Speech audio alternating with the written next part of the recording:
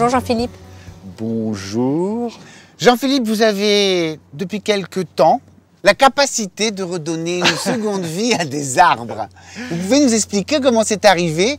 Je suis jardinier et il y a une propriété dont je m'occupais à Montfort-l'Amaury où il y avait un cèdre magnifique qui était trop près de la maison et dans l'axe de la baie vitrée qui ouvrait la vue sur le parc, quoi. Donc l'exemple même de la chose qu'il ne faut pas faire, voilà. L'arbre planté trop près dans les années 60 au milieu du parterre. Voilà. Et un jour, le client, la mort dans l'âme, me dit ce cèdre-là, va falloir l'abattre, quoi. Et Vous avez dit non? J'ai pas dit non sur le coup, parce qu'en fait, quand je suis arrivé chez lui, j'avais fait des petits croquis et tout. Je lui ai dit, voilà, moi j'ai une solution alternative à vous proposer.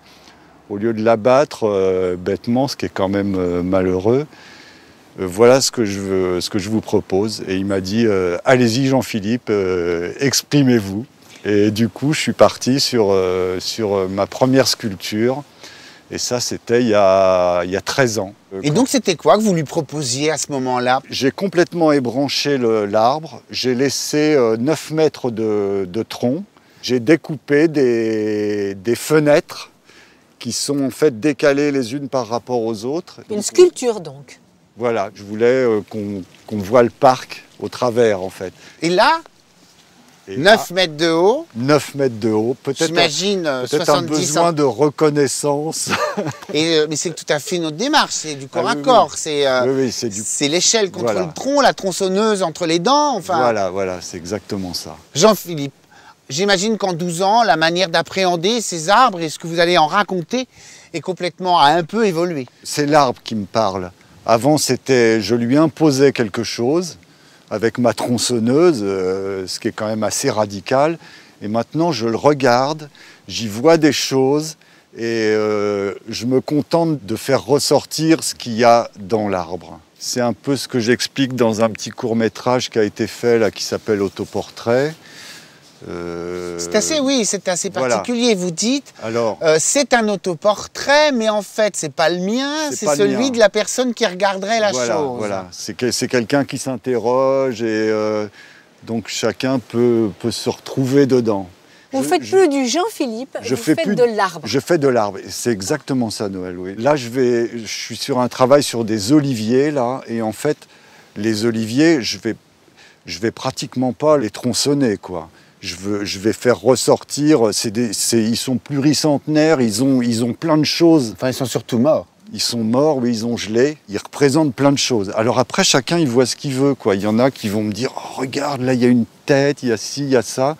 Moi, j'y vois autre chose, et ça me plaît énormément, quoi. C'est que chacun, il voit ce qu'il a envie d'y voir, je trouve ça génial, quoi. Ce qui veut dire que si il y a un arbre qui va bien dans un endroit, quelqu'un venait vous voir en vous disant bon faites-moi quelque chose là, voilà, allez. Non, je le ferai pas. Voilà. Je le ferai pas là. C'est plus du tout ce serait plus du tout dans ma philosophie, on va dire ça comme ça, oui. L'idée c'est une deuxième vie à une pièce de bois, voilà. Mais pas de sacrifice pour faire joujou. Non, pas du tout. Et la durée de vie, le bois, c'est putrescible. Voilà, alors après, le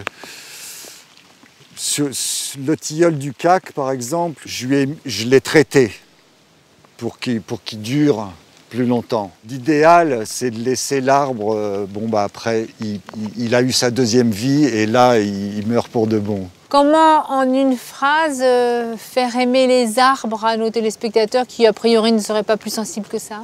J'aimerais insister sur le côté planter le bon arbre au bon endroit. Parce que moi, je me suis retrouvé maintes et maintes fois à avoir à éliminer des sapins de Noël. Alors les gens vont acheter un sapin, mais ils vont le planter dans leur jardin à 10 mètres de la maison. Et faut penser que dans 50 ans, cet arbre-là, il faudra le supprimer. Et donc ça, c'est quelque chose d'important, il me semble, que les gens prennent conscience qu'il faut planter le bon arbre au bon endroit, pas mettre un séquoia dans un jardin de 20 mètres carrés, par exemple. Ben non, hein. Sinon on met une cabane dans le séquoia et on habite en haut. Voilà, ça peut être une solution, oui. Merci Jean-Philippe. De rien. Merci. Tout ce que vous venez de dire, Jean-Philippe, Gervais et Marie-Jo le ressentent parce qu'ils sont passés de la campagne à la ville. Leur manque d'arbres est cuisant. Mais Stéphane a une solution, une très jolie solution.